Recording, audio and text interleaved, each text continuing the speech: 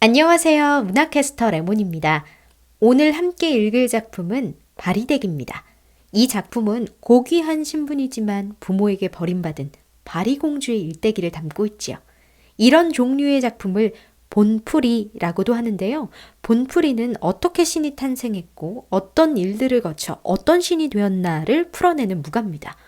대표적인 예로 작년 수능 특강에도 실렸었는데 혹시 기억나시는 분이 있을지 모르겠어요. 농사의 신을 노래한 제주무가 세경본풀이가 있었습니다.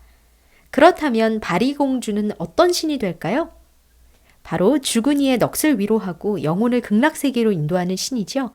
그렇기 때문에 죽은 사람의 넋을 위로하는 오구굿 또는 진오기굿을 할 때 이 작품 바리대기를 부르죠.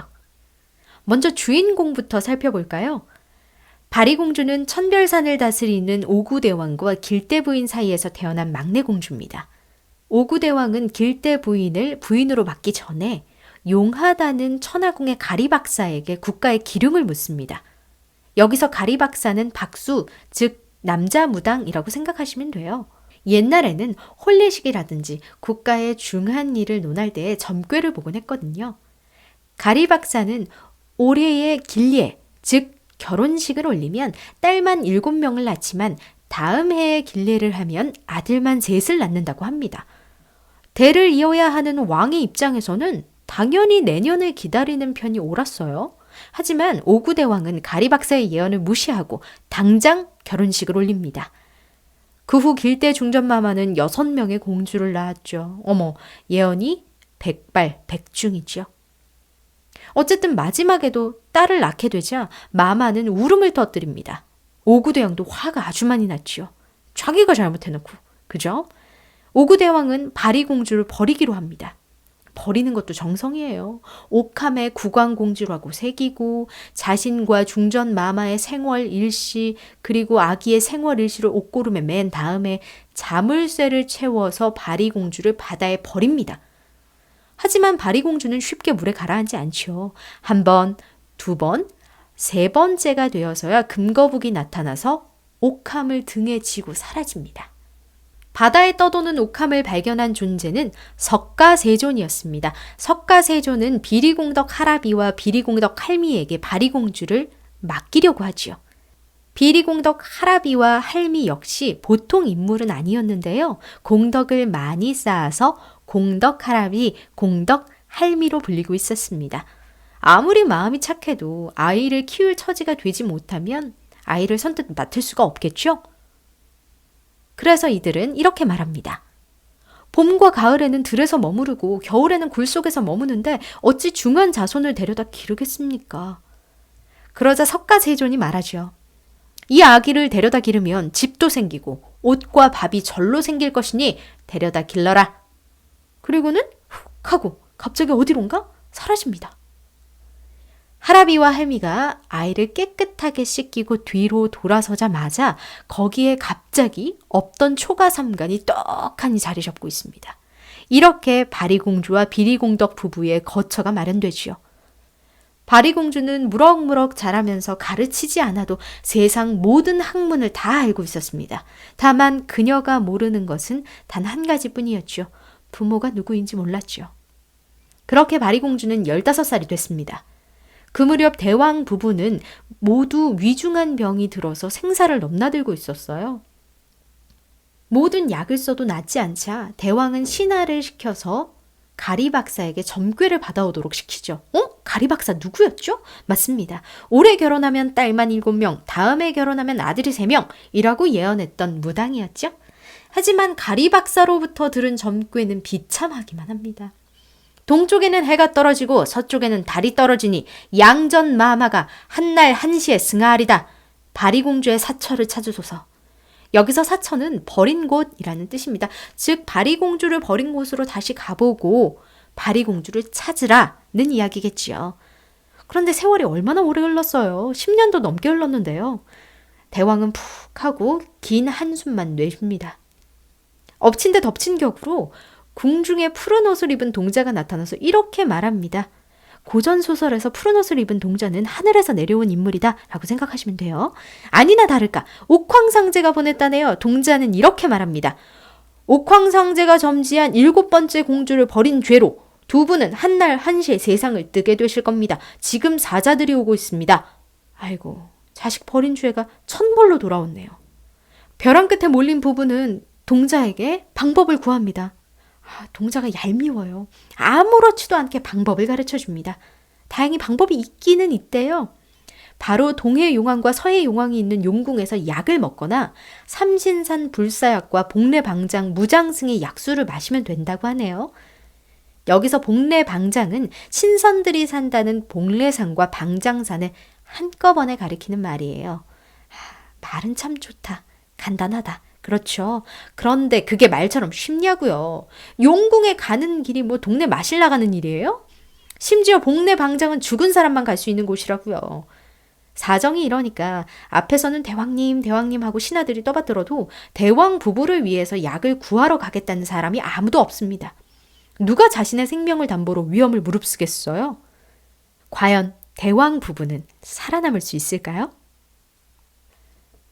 이때 대왕 부부가 눈물을 흘리는 모습을 보고 한 신하가 바리공주를 찾아오겠다면서 나섭니다. 간밤에 천기를 잠깐 보니 서쪽에 밤이면 서기가 하늘에 가득하고 낮에는 운무가 자욱하니 그곳에 공주가 계신 것 같습니다. 소인이 찾으러 가겠습니다. 역시 바리공주는 보통 인물이 아니었나 봐요. 공주를 찾아 나선 신하를 풀과 나무들이 인도하죠. 그렇게 신하는 무사히 바리공주를 만나서 함께 대궐로 향하죠. 얼마 만이에요? 15년 만이네요. 15년 만에 바리공주를 만난 대왕이 무슨 할 말이 있겠어요. 매몰차게 버렸던 자식을 오랜만에 만난 대왕은 눈물을 툭툭 흘립니다. 바리공주는 도량이 넓은 영웅이었어요. 자신을 버리는 부모에게 은혜를 갚기 위해 험한 길을 자처합니다. 오구대왕은 바리공주에게 비단 창옷, 비단 고이, 고운 패랭이, 무쇠 질방, 무쇠 주령, 무쇠 신발을 내어줍니다. 바지를 입고 패랭이를 덮은 것으로 보아서 공주는 남장을 하고 떠나려는 모양이에요. 자, 이제 드디어 출발! 공주가 무쇠 지팡이를 한 번 짚으면 천리를 갑니다. 눈 깜짝할 사이에 몇 천리를 달려왔으니 당연히 어딘지 분간하지 못하겠죠? 바리공주는 아래를 굽어보다가 석가세존을 만납니다. 석가세존은 부모를 위해서 험한 길을 가는 바리공주를 돕기로 하지요. 이번이 2번째죠. 그는 낭화 3가지와 금주령을 바리공주에게 줍니다. 여기서 낭화는 열매를 맺지 못하는 꽃이고요. 금주령은 금으로 된 주령이겠죠. 이 금주령을 끌고 가면 험한 길이 평탄해지고 바다는 물이 된대요. 석가세존이 정말 도움이 되는 물건을 준 거예요. 길을 가던 바리공주는 칼산지옥, 불산지옥, 독사지옥, 한빙지옥, 구렁지옥, 배암지옥, 문지옥을 만납니다. 이곳은 84,000지옥이라고 하지요. 여기서 바리공주의 진면목이 나오는데요. 죄인의 울음소리를 들은 바리공주는 낭화를 흔들어서 죄인들을 풀어주고요. 그녀에게 매달리는 죄인들을 위해서 연보를 웹니다. 그리고 극락에 갈 수 있도록 빌어주죠. 이게 나중에 공주가 신이 되고 나서 할 일이 되겠죠? 끔찍한 지옥을 겪었는데도 끝이 보이지는 않습니다. 지옥 가고 바다가 오네요. 망망대해 넓은 바다를 만나죠. 이번에도 역시 세존님이 주신 금주령이 사용됩니다. 금주령을 하늘에 휙 하고 던지니까 무지개가 생겨서 다리를 만들어주거든요. 그 무지개 끝에서 우리의 바리공주는 자신의 반쪽을 만나게 됩니다. 바로 무장승이었죠. 키는 하늘에 닿을 것 같고 눈은 등잔 같고 얼굴은 쟁반 같은 존재였습니다. 바리공주는 무장승을 보자마자 약수를 조금만 달라고 부탁하죠. 그런데 그 대가로 무장승은 노동을 요구합니다. 장장 9년 동안의 노동이었죠. 3년 동안 나무하기, 3년 동안 불떼기, 3년 동안 물 길어오기였습니다. 와, 이 정도면 착취예요, 착취. 그렇게 9년이 지나고 무장승은 또 바리공주에게 무언가를 요구합니다. 이건 계약사항 위반이죠. 새로운 조항을 추가하다니요. 자신과 결혼해서 아들 7명을 낳아달래요. 그러면 약수를 주겠대요. 아이고, 그대로 세월이 또 갑니다.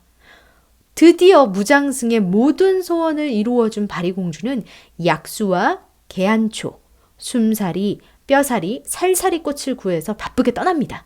무장승과 아들들도 함께 오지요. 돌아오는 길에 바리공주는 피바다에서 4척의 배를 봅니다. 한 척은 공덕을 베풀었던 사람들이 극락세계의 연화대로 가는 배였고요. 한 척은 충신과 효자의 배로 극락왕생하러 가는 배였고요.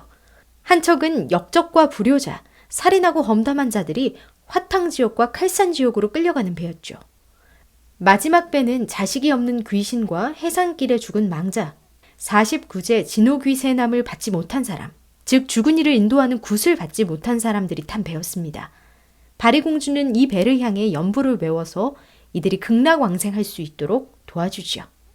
여기서 역시 바리공주의 신적인 면모가 보인다고 할 수 있습니다. 이렇게 서둘러 돌아왔지만 오구대왕과 길대중전은 이미 세상을 뜬 뒤였습니다. 괜찮아요. 바리공주에게는 온갖 약이 다 있으니까요. 죽은 사람도 다시 살릴 수 있냐고요? 그럼요. 전부 선계에서 온 약들이라 충분히 사람을 살리고도 남는답니다. 바리공주는 우선 머리를 풀어서 남편과 아이들을 감춥니다. 부모 몰래 혼례를 올렸으니 조금 찔렸던 거죠. 그런 다음 부모님의 입에 약수를 넣고 개안초는 품에 넣고 뼈사리꽃, 살사리꽃, 피사리꽃을 눈에 넣습니다. 그러자 대왕 부부는 마치 잠에서 깨어나는 것처럼 기지개를 켜며 되살아납니다. 이렇게 대단한 일을 하고도 바리공주는 부끄러워했어요. 왜냐하면 부모님 모르게 무장승과 혼인하고 아이를 낳았기 때문입니다. 하지만 대왕 부부는 무장승을 받아들여 사위로 인정하고요. 바리공주에게 무척 고마워하죠. 그리하여 무장승은 산신제와 평토제를 받아먹으며 살게 됩니다. 여기서 제를 받아먹는다라는 말이 조금 어색할 수도 있는데요. 마치 우리가 일을 하면 월급을 받는 것처럼 신들 역시 제사를 받았다고 생각하시면 이해가 빠르실 거예요. 바리공주의 아이들은 저승의 10대 왕이 되고요. 마지막으로 주인공 바리공주는 인도국 보살로 절에서 공양을 받고 들판에서는 무당이 되어서 죽은 영혼을 저승으로 인도하는 일을 하게 됩니다. 서사무가 바리되기 여기까지였고요. 지금까지 문화캐스터 레몬이었습니다.